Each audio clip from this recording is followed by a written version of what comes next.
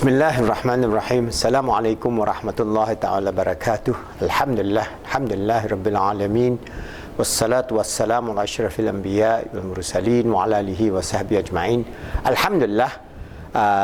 The previous video we explained to you how from the understanding of now this new post-materialist understanding of our existence, I have explained to you how actually from the secular aspect of CBT, we have developed the PI-CBT, Positive Islamic Cognitive Behavior Therapy model.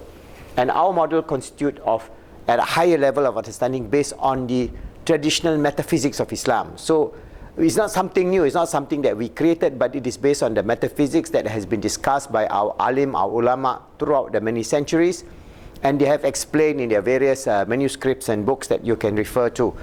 So we have spoken about the understanding of the cult.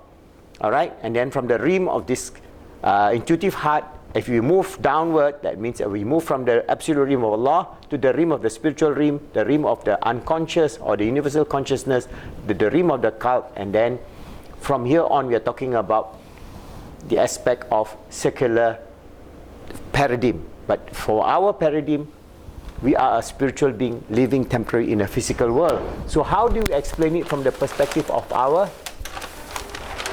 scholars? Okay, we have explained to you in detail previously that our human self, all our total past learning history, all that consists us at the spiritual, emotional, mental and physical level based on the inner speech, both positive and negative, and we have this input from the internal sources and external sources. So we have, for example, this is from our book.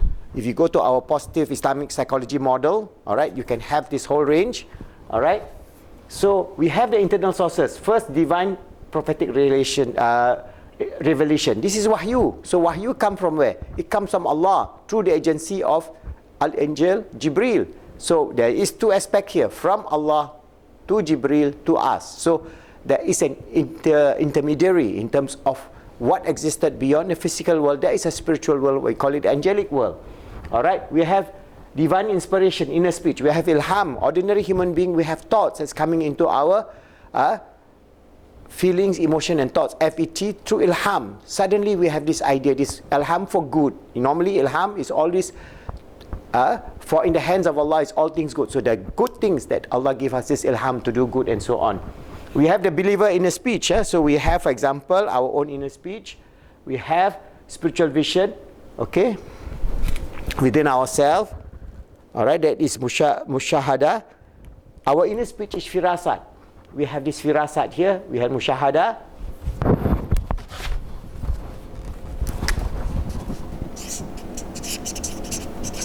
Firasat dan mushahada. We have mushahada here. And then we have contemplation, tafakkur. And we have within ourselves also the idea of zikrullah, prayer and so on. So these are the sources of influences of our thoughts. But we also have these external thoughts that is coming from ourselves and from outside the realm of ourselves. That's why when we say about both the positive and negative influences in terms of our total past learning history that is formed by, if we assume the idea of thoughts before it become behavior in Islam, any thoughts that is expressed come from either this agency or the other agency. That means our own internal agency, we have our sight, hearing, smelling, touch. Then we have excessive indulgence in the physical world. Alright? So we have all those things which are affecting us. Alright, then we have greed, worldly material things, excessive appetite, excessive sexual desire, evil prompting self. That means this nafsu ammara, and this nafsu ammara is then influenced by the influence again. There's an external agency that's affecting us, an-nafsul ammara, that is the satanic or the evil, because we say these evil suggestions is external.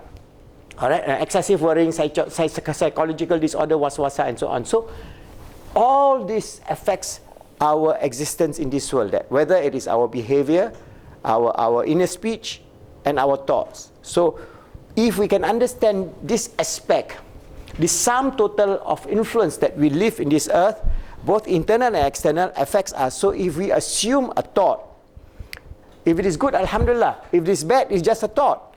Alright, so we need not be, for example, we have evil thoughts.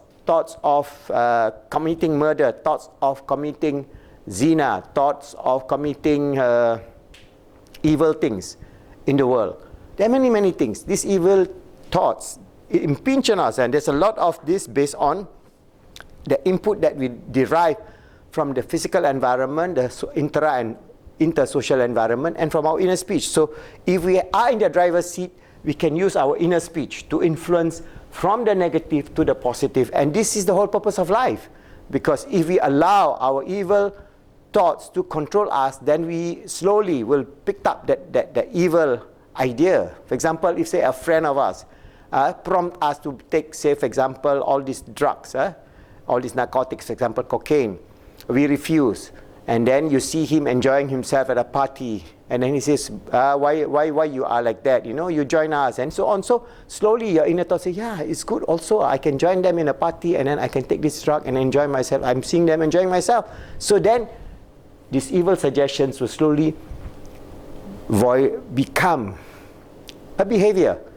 And at that point, then it has become a sin. As long as it is not, we must understand from the perspective of Islam, it's not a sin. So any thought that is not manifested into an action is just a thought. So that's why it's very important in Islam that if we have waswasa, we have evil thoughts, we have bad things that's happening to us, in the thought form, we can actually overcome it. Whether it is anxiety, depression, borderline personality disorder, whatever that we have faced. We will face all kind of this inner, or they call it automatic thoughts, as Beck says, and we can overcome that. And how does we overcome that?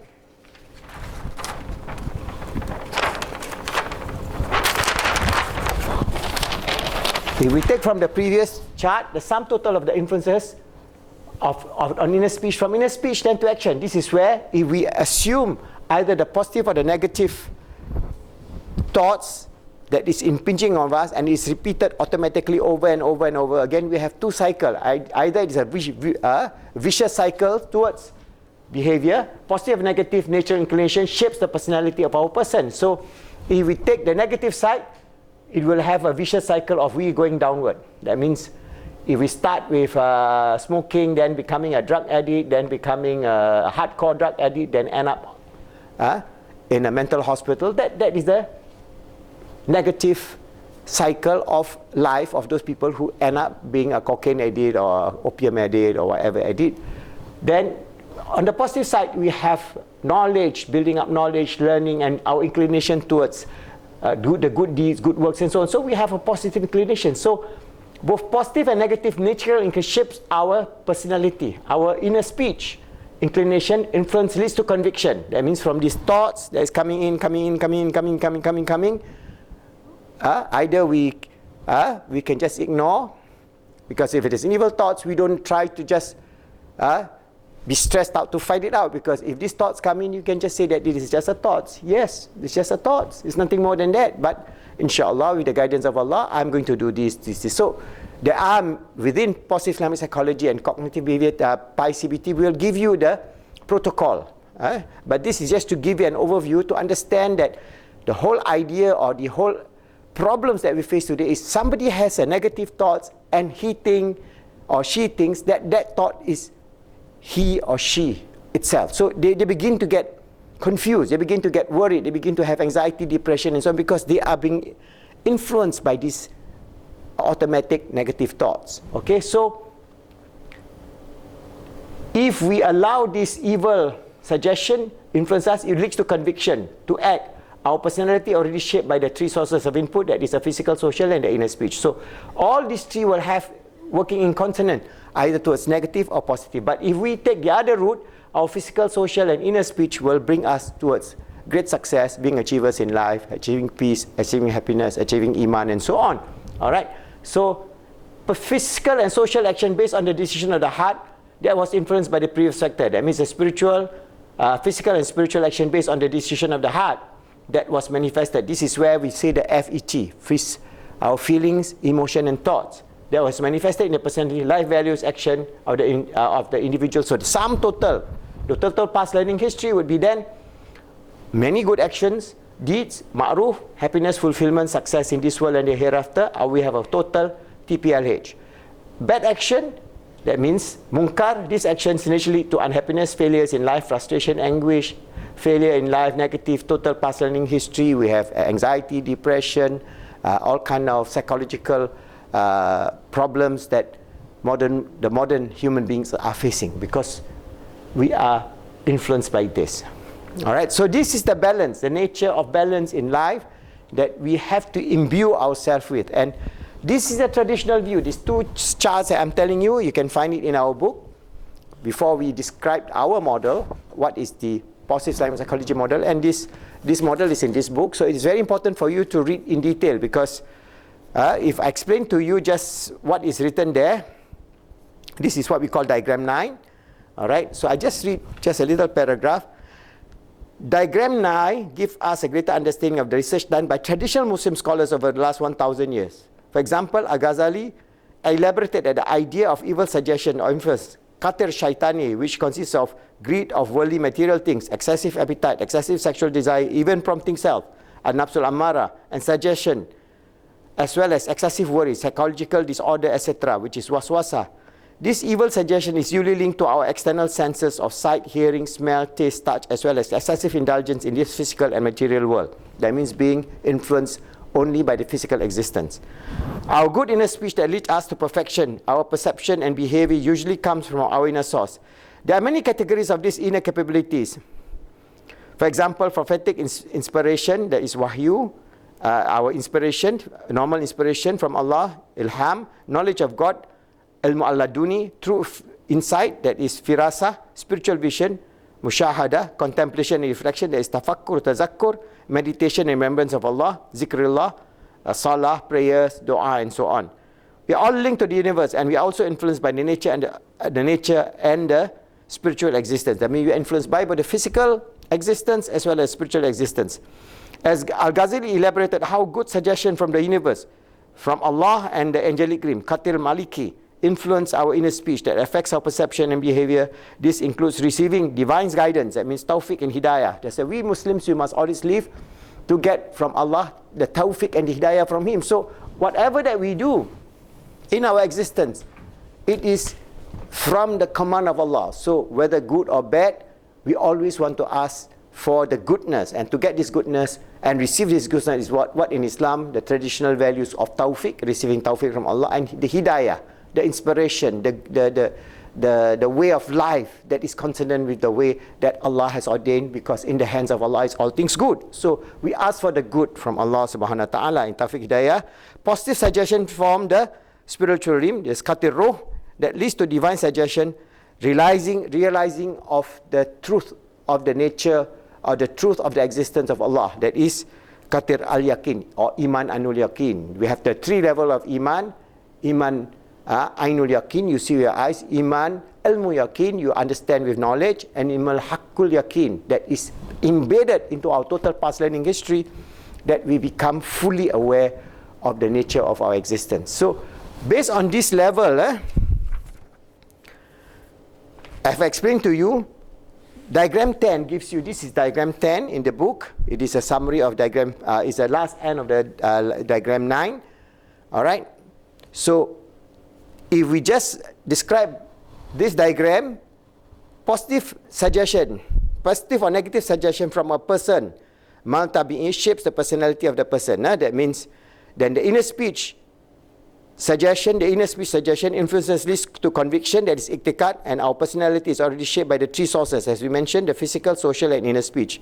The physical and social action based on the decision of the heart that is influenced by the previous factor, harm, negative or positive. This leads to back action, that is munkar. This back action leads to unhappiness, failure, and frustration, anguish, and failure in life. While good action and positive action or good deeds, ma'ruf, leads to happiness, fulfillment, achievement, and success in this world and the hereafter. So this is summary. All right. So our journey in life is the journey towards perfection. That means there is other diagrams that explain this detail. So what is important is when we talk about positive Islamic cognitive behavior therapy, we bring the fullness of the spiritual element of this understanding based on wahyu, based on the Quran, the hadith that is brought about by our Holy Prophet Muhammad Sallam, the beloved of Allah, and his companion, his family, companions, sahabas, and the tabi'in, and all the scholars over the more than 1,400 years.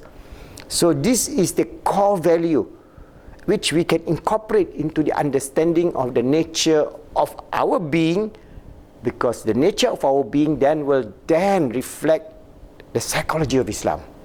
And the psychology of Islam is positive. The worldview of Islam, the metaphysical view of Islam is very, very positive, because it is based on love, it is based on mercy, it is based on compassion, it is based on forgiveness.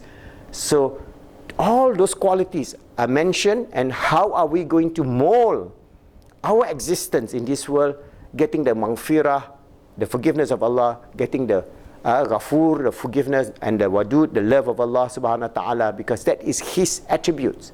So when we understand that, we can mold within our understanding of perception, and then from perception to action or behavior in a way that is positive. And this is the goal of positive Islamic psychology, where we are presenting to you this model. This is the first model in the Muslim world, and we hope there are many other models. We are not saying that this is the only model.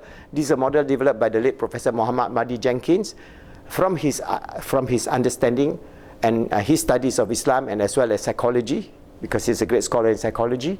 And we present it, and then you study our model, see where are the areas in which you can improve, and then inshallah through this continuous research we can then help the ummah. Because in this situation that the ummah is being influenced by terrorism, influenced by suicide bombing, influenced by all the negative ideologies that is very, very bad or evil, which is not Islamic, but put in the guise of Islam, we are facing a terrible situation for our younger generation. So how are we going to reclaim our position as the leading ummah in the 21st century? Is for us to transform our nafs, and to transform our nafs we must understand the psychology of existence, and that psychology is the psychology of Islam. And we are propounding positive Islamic psychology and the idea of positive Islamic cognitive behavior therapy, that we will get into details in the subsequent videos as we go along in this talk, inshallah.